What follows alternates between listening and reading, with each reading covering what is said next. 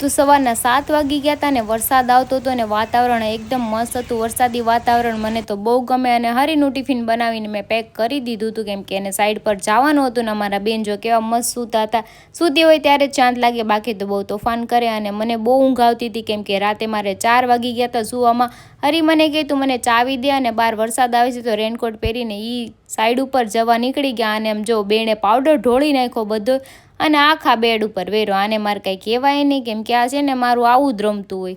અને બેસી ગઈ હતી જમવા. મીધું જમીને હાલો સૂઈ જવાનું છે પણ મને છે ને સૂવાનો મોકો ન મળ્યો કેમ કે વરસાદ આજે બહુ આવતો હતો ને મારા ગટ્ટુ મૂડમાં હતું. મેં કીધું ચલો હવે કપડાં બહારથી લઈને અંદર નાખ્યા અને બેન લખતા હતા એકડા બગડા. મેં કીધું શું લખે તે કે હું એકડો લખું છું. એકડાની જગ્યાએ જો લીટા કર્યા છે પણ આવું જ હોય, લીટામાંથી જ શીખે છોકરા. અને ફ્રીજ સાફ કરવાનું હતું, બધું બહાર કાઢ્યું અને ગટ્ટુ જો રેનકોટ પહેરીને તૈયાર થઈ ગયું હતું. મારું ફ્રીજ થઈ ગયું હતું મસ્ત મજાનું ટકાટક સાફ. મેં કીધું ચલો હવે આપણે બેસીએ. તો ગટ્ટુ કે સોંગ વગાડી દેતી. એ બેન જો ડાન્સ કરતા હતા અને હું નરી રીલ્સ બનાવતા હતા. તમે કોઈ રીલ્સ બનાવો કે નહીં મને કહેજો પાછા.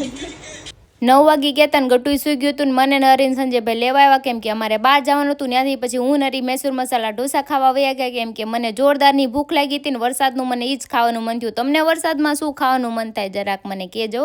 અને તમારી ગેંગ ભેગી થાય છે કે નહીં? અમારે વરસાદ હતો તોય આખી ગેંગ ભેગી થઈ ગઈ ને બાકા ઝીકી જ બોલાવે, બીજું કંઈ કામ જ નહીં બોલો કોઈને.